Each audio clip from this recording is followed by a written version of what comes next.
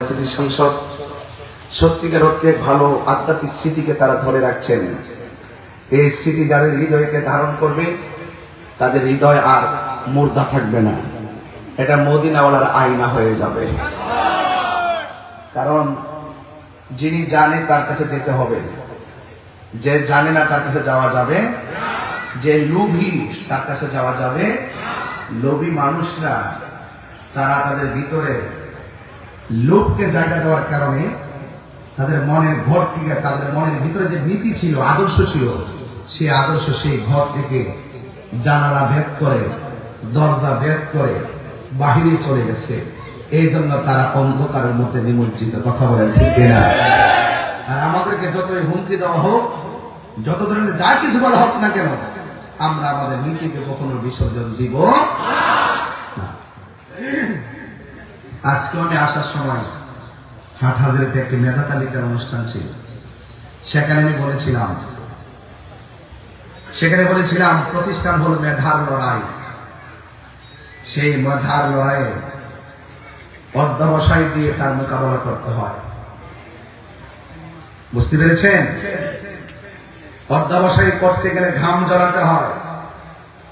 পাঠ্যপুস্তকের পড়ালেখা দিয়ে মানুষ দুনিয়ার বিভিন্ন চাকরি বাকরি করে, জীবিকা নির্বাহ করে, কিন্তু এই দুনিয়ার পর তো আরেকটি জায়গা আছে চিরস্থায়ী।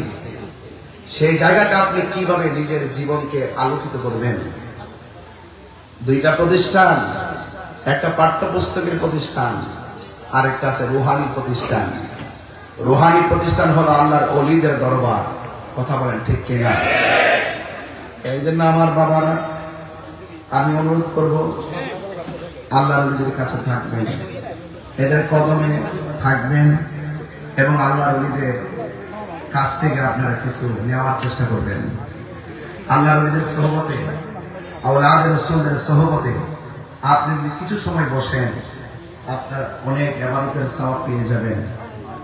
আল্লাহর ওলিদের চেহারা দিকে তাকালে, আওলাদে রাসূলদের চেহারা দিকে তাকালে সগীরা গুনাহগুলো চোরের মাটিতে পড়ে যায়। বুঝতে পেরেছেন? তো এই জন্য গুনাহ ঝরে যায় যাদেরকে দেখলে, তাদের সোহবতে যাবেন। কারণ আপনার ইলম তো দুই প্রকার, ইলমে যাহির, ইলমে বাতিন। এই যে আমি কথা বলতেছি না, আপনারা শুনতেছেন, এটা জাহিরি কথাবার্তা। কথা বলেন ঠিক কিনা? আর আল্লাহর ওলিদের দায়রা শরীফে যখন আপনি ঢুকে যাবেন, সেখানে আপনি আধ্যাত্মিক কথা শুনতে পারবেন। কোথায় ছিলাম, কোথায় এসেছি, কোথায় যাব। পানি ছাড়া মাছ বাঁচে না কেন? গরু যদি বাঁচতে পারে, ছাগল যদি বাঁচতে পারে, মানুষ যদি বাঁচতে পারে, পানি ছাড়া মাছ বাঁচে না কেন? এই উত্তর যদি আপনি খুঁজতে চান, তখন এই কুদরতুল্লাহর কুদরতের সাগরে ডুব দিতে হবে। কথা বলে ঠিক কিনা? আমার ভাইয়েরা, যে পানিতে ডুব দিলে মানুষ মারা যায়, যে পানিতে ডুব দিলে মানুষ মারা যায়, সেই পানিতে মাছ বেঁচে থাকে। আরেকটু গভীরে ঢুকেন, হ্যাঁ তাই নাকি? মানুষ মারা যায়? হ্যাঁ মারা যায়। তাহলে পানির নিচে খিজির আলাইহিস সালাম থাকে কিভাবে? আপনি আপনার মতো থাকবেন না? আপনি তাসুর মূলত আপনার না, আপনি কার? বল ইন্না সালাতি ওয়া নুসুকি ওয়া মাহইয়ায়া ওয়া মামাতি লিল্লাহি রাব্বিল আলামিন। এই দেহ মাটিতে দেওয়ার পর পচে যাবে। এই দেহ মাটিতে দেওয়ার পর কি হয়ে যাবে? পচে যাবে। 3 দিন পরে নাকটা পচে যাবে। কয়দিন পর বলছি? 3 দিন পরে নাকটা পচে যাবে। 6 দিন পরে হাতের নখগুলো উঠে যাবে। 9 দিন পরে মাথার চুলগুলো পড়ে যাবে। এরপর আপনার চোখে অ্যাটাক হবে, পেটে অ্যাটাক হবে, হাড্ডি থেকে গোশতগুলো অ্যাটাক হবে। 60 বছর পর্যন্ত হাড্ডিগুলো পড়ে থাকবে। 60 বছর পর আপনার হাড্ডিগুলো মাটির সঙ্গে মিশে যাবে। ও তাই নাকি? হ্যাঁ, পানি ছাড়া মাছ বাঁচে না। হ্যাঁ তাই তো কথা। কয় ভিতরে একটা গোশতের টুকরা আছে, ভিতরে গোশতের টুকরাটা শুদ্ধ না হলে দেহ অক্ষত থাকে না। ওই টুকরাটা যদি শুদ্ধ হয়ে যায়, ওই টুকরাটা হলো কাল্ব। ওই টুকরা কি? কাল্ব। ওই কাল্ব যখন শুদ্ধ হয়ে যায়, তখন গিজাউল কালবি যিকরুল্লাহ, ওই কালটাকে শুদ্ধ রাখার মন্ত্র হলো আল্লাহর জিকির। এই জন্য তরিকা পন্থীদের প্রথম সবক হলো জিকির করো। কি করো? জিকির করো আর দুরূদ শরীফ পড়ো। জোরে বলেন না সুবহানাল্লাহ। এগুলো কিন্তু আপনার ঘটনা নয়, এগুলো চেতনা। তো মানুষ পচে গেল, 3 দিন পরে আপনার চোখ চলে গেল, 6 দিন পরে আঙ্গুলের নখ চলে গেল, 9 দিন পরে মাথার খুলি থেকে চুল পড়ে গেল, এরপরে চোখটা গলে গেল। তাই তো, তাইলে আপনার কি উপায় হবে? আপনারা না পচে গেছে, আমার না পচে গেছে। আপনি 750 বছর পরে আপনি খুঁজে গিয়ে দেখুন, আল্লাহর প্রেমিক যারা হয়েছে, নদীর ভাঙ্গরে বাড়ি ভেঙে গেছে, ইতিহাস প্রমাণ করেছে আল্লাহর ওলি ছিলেন, আল্লাহর মাহবুব বান্দা ছিলেন, তাদের গায়ের মধ্যে মাটির স্পর্শ করে নাই। হাত তুলে বলেন মারহাবা। নারে তাকবীর, নারে রিসালাত, নারে গাউসিয়া, গাউসুল আজম মজবান্ডারি, কুতুবে আজম ইসাপুরি। ঘটনাটা কি? ঘটনা হলো আপনি বান্দা, হিন্দুরাও কার বান্দা, খ্রিস্টানও কার বান্দা, ইহুদিরা কার বান্দা, আমরা কার বান্দা, ডাব্লিউ গোষ্ঠীরা কার বান্দা, সবাই তো আল্লাহর বান্দা। আর বান্দা যখন খাঁটি বান্দা হবে না, বান্দা যখন বান্দার সীমাবদ্ধ থাকে, তখন বান্দার দেহ পচে যায়। যেই বান্দার রবকে রাজি করতে পারে না, যেই ব্যক্তি নবীকে রাজি করতে পারে না, ওলি আল্লাহকে রাজি করতে পারে না, তাদের দেহ মাটি দিয়ে পচে যায়। আর যখন বান্দা সাধনার দ্বারা বন্ধু হয়ে যায়, মাটিও সয় না, জমেও ধরে না। আজরাইল এসে রূহ নেওয়ার সময় পায়খানা করে দিবেন, প্রস্রাব করে দিবেন আপনি। আজরাইল রূহ নেওয়ার সময় চোখ উল্টিয়ে দিবেন আপনি, জিহ্বায় কামড় দিয়ে দিবেন। আবার আজরাইলের ঘরে এসে প্রেমিককে কয়, আসসালামু আলাইকুম ইয়া আহলাল বাইত। সুবহানাল্লাহ, আমি কি আসতে পারি? আসো, একটু বসবো। বসো। হাদিসে প্রমাণ, আমি সেদিন হাদিসটা পড়েছি। আজরাইলের আঙ্গুল দিয়ে প্রেমিকের মাথায়, চিরুনির মতো যেভাবে মাথা আশ্রয়, আজরাইলের আঙ্গুল দিয়ে ওই প্রেমিকের মাথা আশ্রয় দেয়। আচ্ছা, নাতি যখন নানার মাথার চুলে আস্তে আস্তে ধরে ছোট ছোট আঙ্গুল দিয়া, এটা ঘুম ঘুম ভাব লাগে না? আজরাইল যখন ধরবে তখন ঘুম ঘুম ভাব লাগবে। ওই মুহূর্তে আজরাইলের ঠোঁটটা কানের মধ্যে লাগাই বলবো, একটু পরে রুহুটা সার্জারি করতে চাই, আপনি কি বলেন? তাড়াতাড়ি রুহুটা সার্জারি করো, আমার আল্লাহ এবং আমার নবীর সঙ্গে দেখার জন্য মনটা পাগল হয়ে গেছে। প্রেমিক বন্ধু, বন্ধুদের দাম অনেক বেশি। এই জন্য আপনারা আজকে যারা এসেছেন একটি আধ্যাত্মিকতার সেন্টার, তো এই জন্য আধ্যাত্মিক সুরে কিছু কথা বললাম।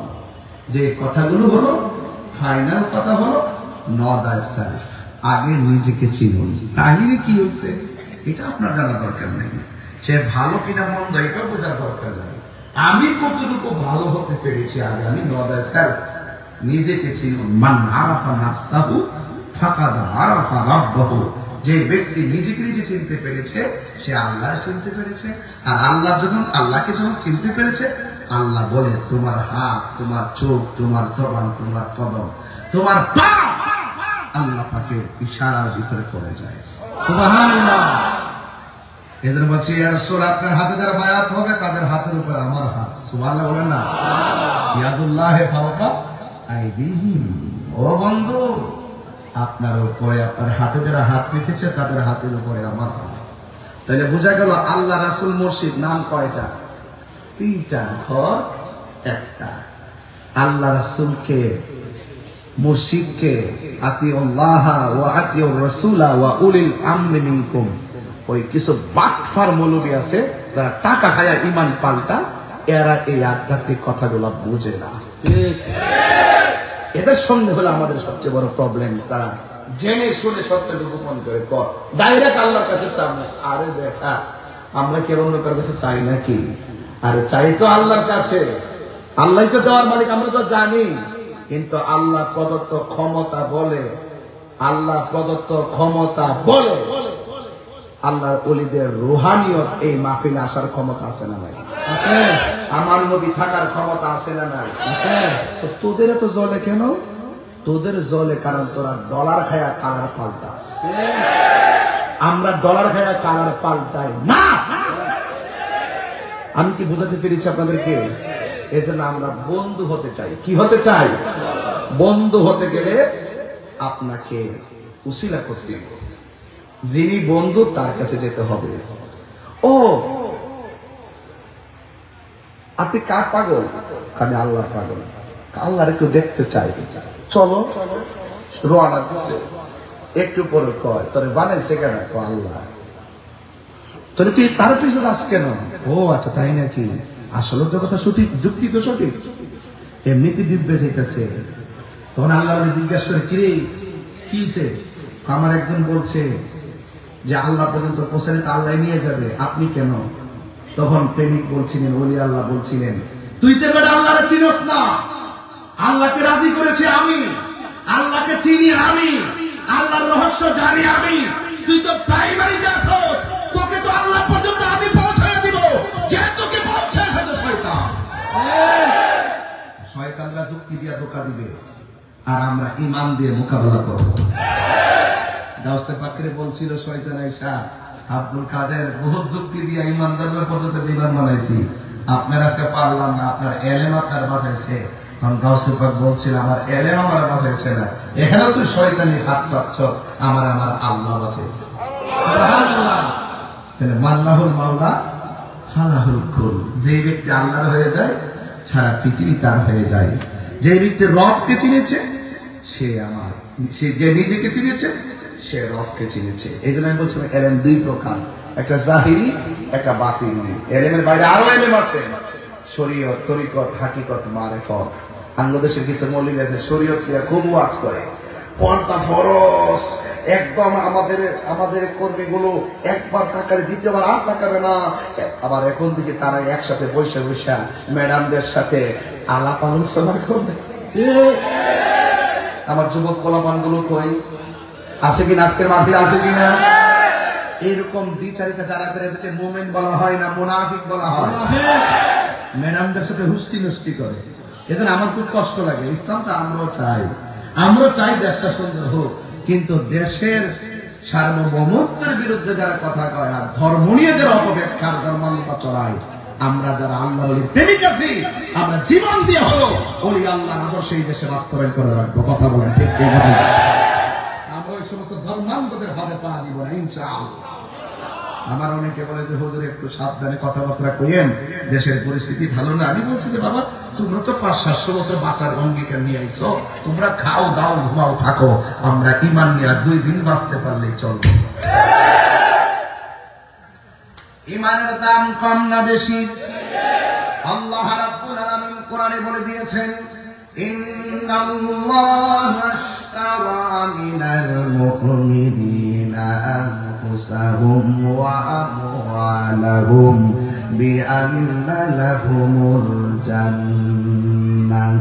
আল্লাহ রাব্বুল আলামিন মুমিনের জান কিনলাম, মুমিনের মাল কিনলাম। আল্লাহ আপনি বানাইলেন, আপনি আবার কিনলেন। আমি মুমিনের জান কিনেছি, মুমিনের মাল কিনেছি। মাল কিনতে গেলে টাকা দেওয়া লাগে। আপনি যে মুমিনের জান এবং মাল কিনেছেন, কিসের বিনিময়ে কিনেছেন? আল্লাহ বলে, ও পৃথিবীর মানুষ, আমি মুমিনের জান মাল কিনেছি আমার সুন্দর জান্নাতের বিনিময়ে। সুবহানাল্লাহ। রাবিয়া বসরি বলে, আমি জান্নাতের আশা করি না। বড় করে কেন সুবহানাল্লাহ? আমার ওয়াজ একটা আওয়াজ লাগে না? এটা আওয়াজ করবেন না? গলা দিছে কে? হাঁটায় আমার না, মালিকের জন্য কুরবানি করে দেন। তেলাওয়াত করতেছি, আওয়াজটা যেন বড় করে হয়। قل إن صلاتي ونسكي ومحياي ومماتي لله رب العالمين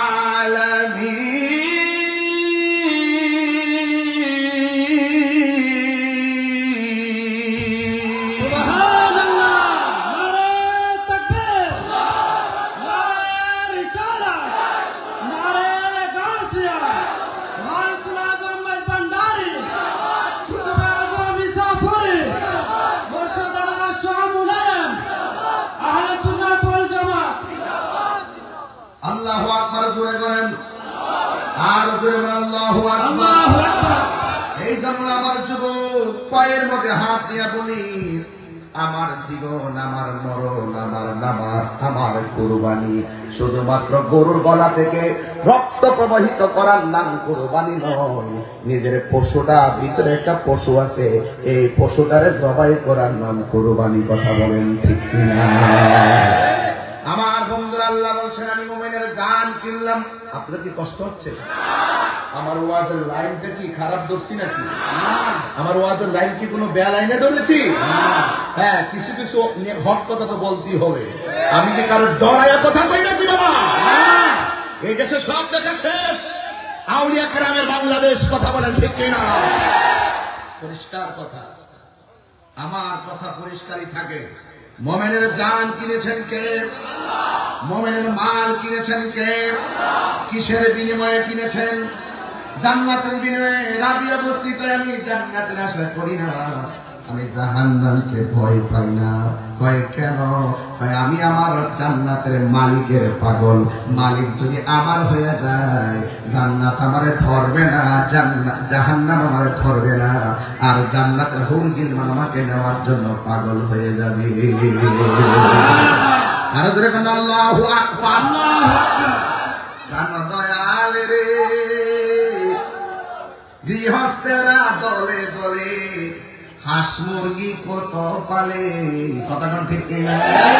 প্রাণ দয়াল রে, গৃহস্থেরা দলে দলে হাঁস মুরগি কতই পালে। সন্ধ্যা হলে ডাক দিয়া লয় ঘরে। যার যত পালিত ছিল সকল রেথ ঘরে নিল, আমি অধম রইলাম অন্ধকারে।